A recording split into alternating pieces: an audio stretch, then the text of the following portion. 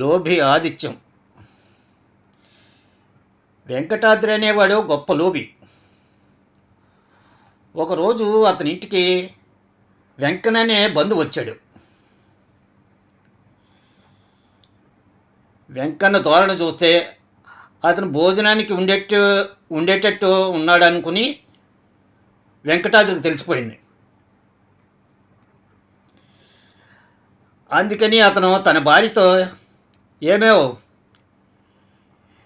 వెంకప్ప రాక వచ్చాడు, భోజనానికి ఉంటాడు, ఒకటి రెండు చేసి రెండు ఒకటి చెయ్యి అని కేక వేసి చెప్పి వెంకప్పతో, నేను అలా బజారుకి వెళ్ళి వస్తాను రా, మీరు విశ్రాంతి తీసుకోండి అని వెళ్ళిపోయాడు.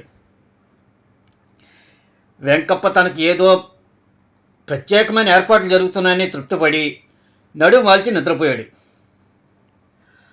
ఆయన నిద్ర లేచేసరికి సాయంకాలం అయింది. కడుపులో నకనకలాడుతుంది. వెంకటాద్రి సూర్యాస్తమయం వేళ తిరిగి వచ్చి, ఏమేవో వంట అయిందా, అయితే వడ్డించన్నాడు. ఇద్దరు భోజనాలు కూర్చున్నాడు.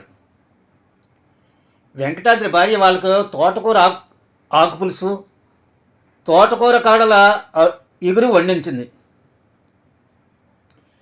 ప్రత్యేకం ఏమీ లేనందుకు వెంకటప్ప నిరాశ్చర్యపడుతూ, మీరు ఒకటికి రెండు చేయడం, రెండుని ఒకటి చేయడం అన్నారు కదా, దాని అర్థం ఏమిటని అడిగాడు.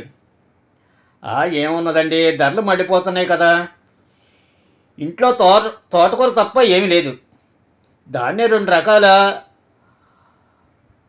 అదురులు చేయమన్నాను, కరువు కాలం కదా, అందుచేత మధ్యాహ్నం భోజనము రాత్రి భోజనము ఏకం చేసి సాయంకాలం భోజనం చేయమన్నాను అన్నాడు వెంకటాద్రి. వెంకటప్ప అర్థం చేసుకుని భోజనం కాగానే సెలవు పుచ్చుకున్నాడు.